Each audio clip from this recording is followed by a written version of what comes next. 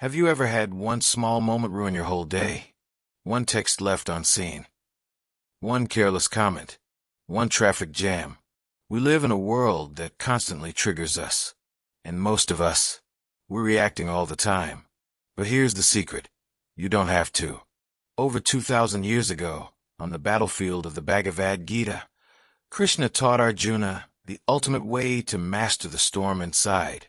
And those lessons, they work just as powerfully today. In this video, I'll walk you through 9 timeless lessons that blend ancient wisdom and modern science, so you can stop overreacting, protect your peace, and move through life with clarity. What's the last small thing that triggered you today? Drop one word in the comments. Why we overreact? We overreact because we believe everything is personal. A person opens their phone. A message shows read, but no reply. Within minutes, they spiral. They don't care. I must have done something wrong. The rest of the day feels ruined, yet nothing actually happened. Krishna teaches, if you let every little high and low toss you around, you will suffer. Psychologists call this the personalization trap. Our brain takes neutral events and paints them as attacks. Recognizing this habit is the first step to freedom. What usually triggers you more? Texts, work stress, or people's comments. You are not just your thoughts. We mistake every passing thought as who we are. Someone fails one task. Immediately, the thought arises, I'm a failure.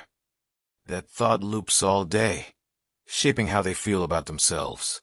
Krishna reminds Arjuna, you are not your job. Not your possessions, not even your thoughts. You are more than the passing storm inside your head. Neuroscience backs this.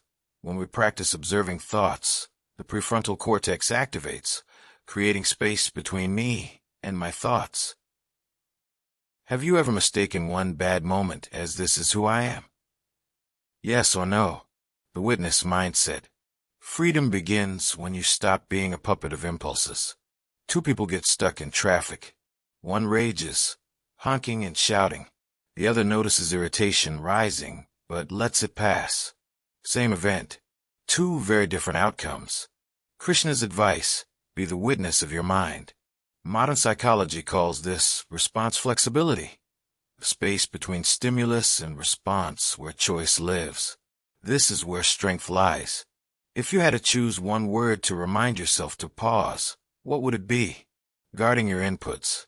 What you feed your mind becomes your mood. Someone spends hours scrolling negative news. By the end of the day, they snap at their loved ones for no real reason. The irritability didn't come from family. It came from what they consumed. Krishna describes the restless mind as turbulent, like the wind. Neuroscience confirms. Overstimulation spikes cortisol, draining patience. Guarding inputs is not about restriction. It's about protecting peace. What drains your energy fastest? News, junk food, or endless scrolling? Effort versus outcome. We suffer when we tie our peace to results. Someone prepares hard for an exam. They give their best effort, but when results disappoint, they spiral into anger and self-blame. Krishna's wisdom. You have the right to work, but not to the fruits of your labor. Modern psychology. Process orientation reduces anxiety. When peace is tied to effort, not results, resilience grows. What's harder for you? Starting to work, or not stressing about the result? The ego's drama. Ego thrives on turning everything into me versus them. Someone hears a blunt comment. Ego whispers, they disrespected you. Hours later, they realize the other person was simply stressed. It wasn't about them at all. Krishna calls this the illusion of ego. Psychology calls it projection. Most people act from their own pain, not against you personally. Realizing this frees you from unnecessary battles. Have you ever overreacted, then realized later it wasn't even about you? Yes or no? Follow up. That realization itself is a breakthrough. Training calm like a muscle. Calm isn't a gift, it's a discipline.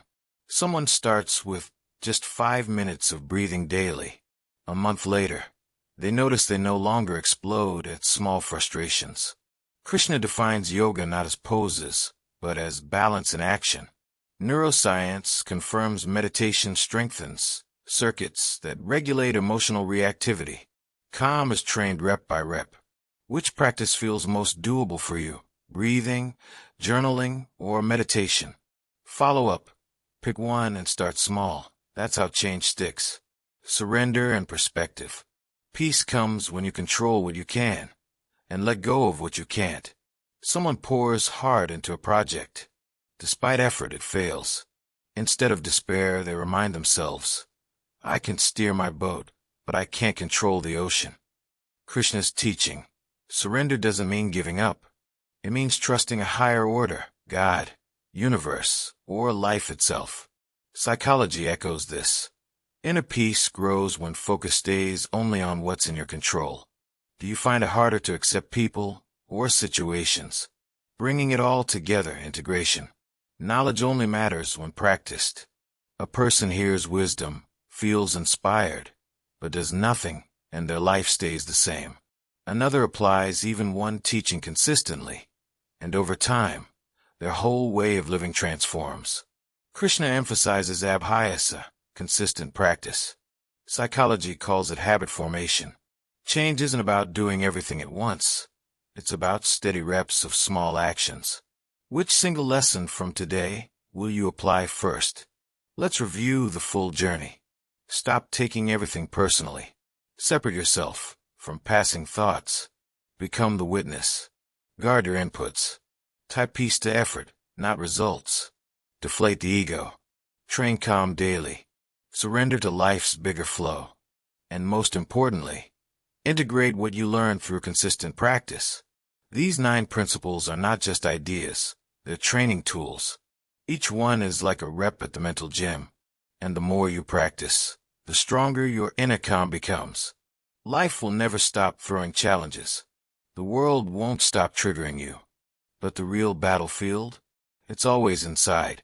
Every pause, every breath, every conscious choice to respond instead of react makes you stronger. So here's your challenge. Before the day ends, apply one lesson from this video. Tiny step, big change. If this video helped you breathe easier, share it with someone you care about. Together, we can spread Krishna's timeless wisdom, not as dusty philosophy, but as real tools for modern life.